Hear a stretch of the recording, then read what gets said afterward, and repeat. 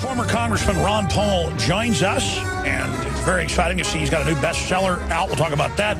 He's launched his own radio TV network and is fighting the info war. And boy, we couldn't think of a better time to have him with his economic knowledge and all of his financial predictions, unfortunately, coming true like prophecy, with the debt limit, with the Chinese communists lecturing us and the IMF lecturing us like we're some third world country being conquered by financial interest, with the so-called government shutdown, arresting people that show up at the national parks, letting illegals have a demonstration on the mall, but closing it to everyone else.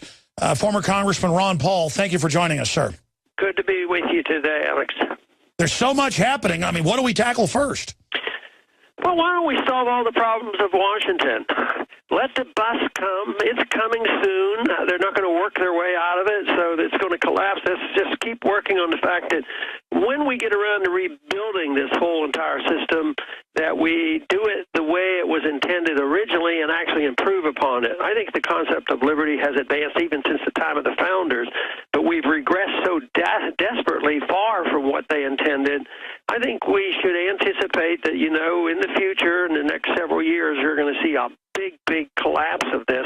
And then we have to talk about what kind of a monetary policy, why we need to bring our troops home, why we have to quit expanding the deficit every day, and you raising these debt limits and planning on total socialized medicine. That all has to end, and it's going to end because it's going to fail. I think we should anticipate that and look at it as an opportunity, and that's our job to make sure that people know what is best for us. And I'm always arguing the case that less government, more freedom is what we need.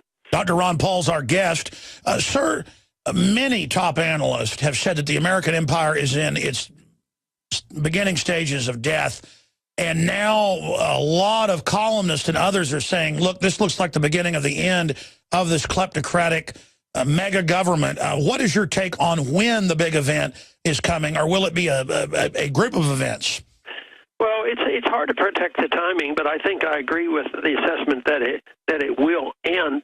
And I look at it like a building standing but no foundation. Yeah, it's sort of sitting there and wobbling, but it hasn't crashed.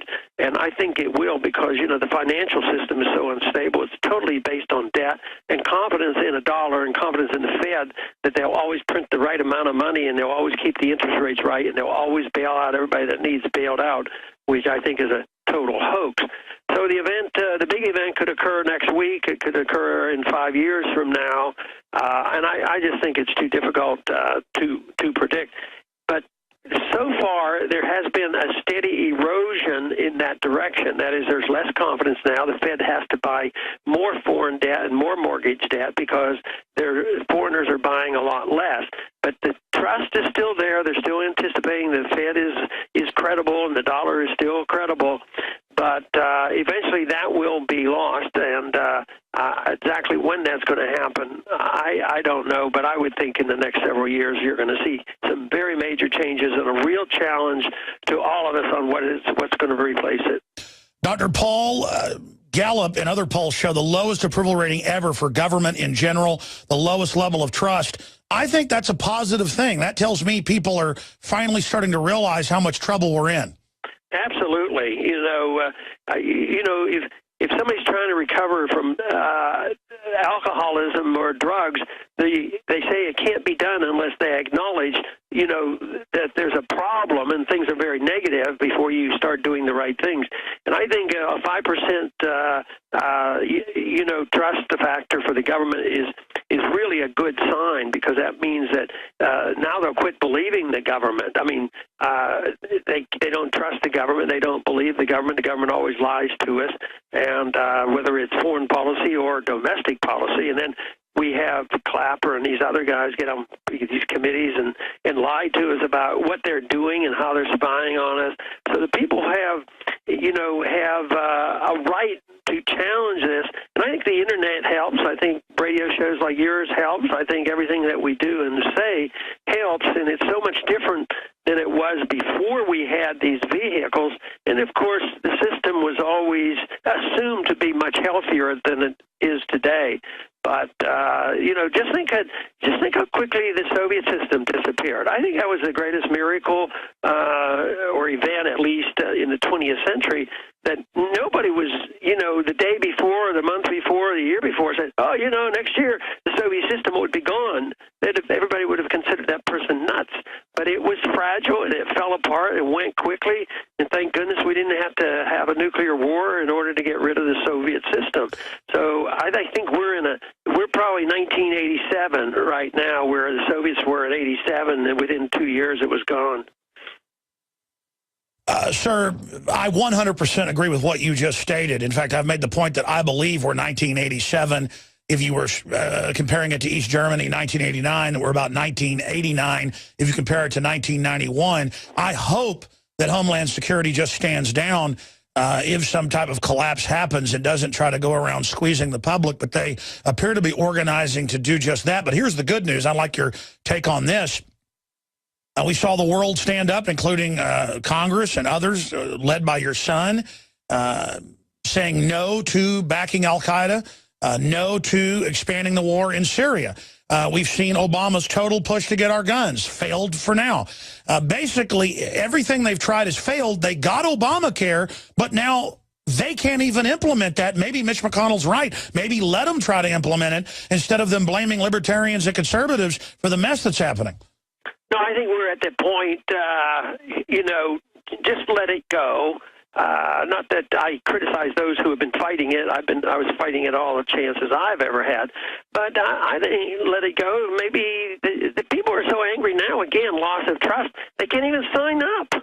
It's such a mess. But you know what?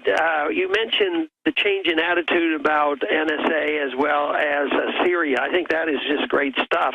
But even in another issue, sometimes more controversial for some people, and that is the government has just about conceded with the state's right to legalize the use of marijuana. And that is a freedom issue, and it's a states' right issue. It is. And it's something even liberals, sort of like. It's a bellwether. Because the liberals are defending states' rights.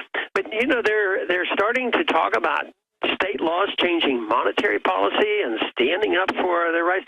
So I think nullification is here today. It's as healthy as it's been in, the last 200 years, really. It was only tested early on, and but I think it represents nullification. They're just backing off because when the people overwhelm, the politicians will respond.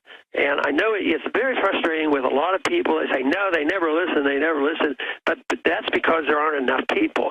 When the numbers are there and you pointed it out, they had to respond and rein in Obama when it came to Syria. And hopefully the softening stand against Iran is also a reflection of the people's attitude. 75% of the people don't want us to go to war against Iran. I don't even understand why you have 5% of the people want to start a war with the Iranians. That is so stupid.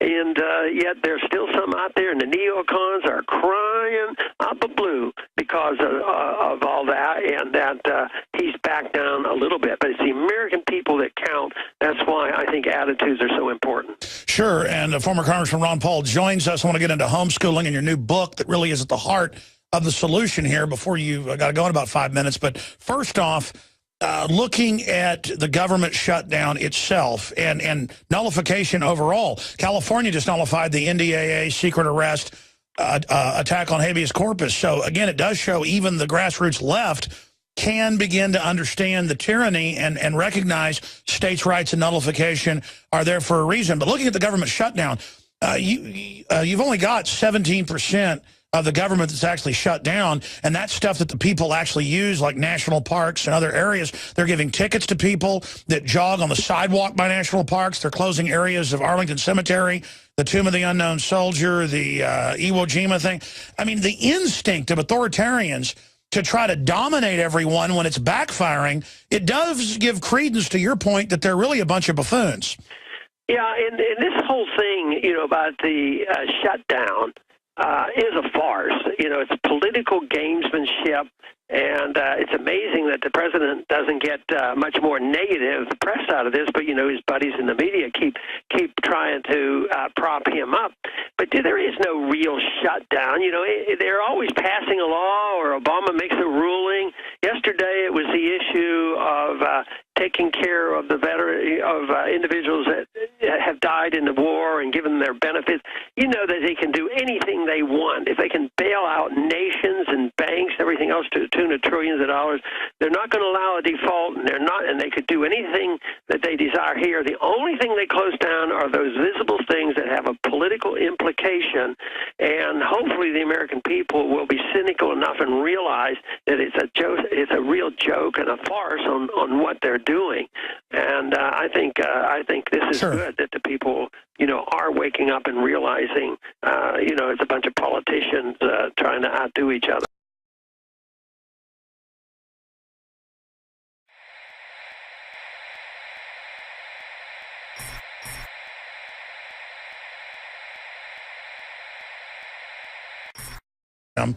With his economic knowledge and all of his financial predictions, unfortunately, coming true like prophecy, with the debt limit, with the Chinese communists lecturing us and the IMF lecturing us like we're some third world. Paul, thank you for joining us, sir.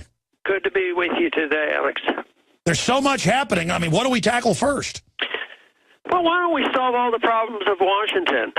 Let the bus come. It's coming soon. They're not going to work. Country being conquered by financial interest, with the so-called government shutdown, arresting people that show up at the national parks, letting illegals have a demonstration on the mall, but closing it to everyone else. Former Congressman Ron Paul joins us, and it's very exciting to see he's got a new bestseller out. We'll talk about that. He's launched his own radio TV network and is fighting the info war. And boy, we couldn't think of a better time to have him.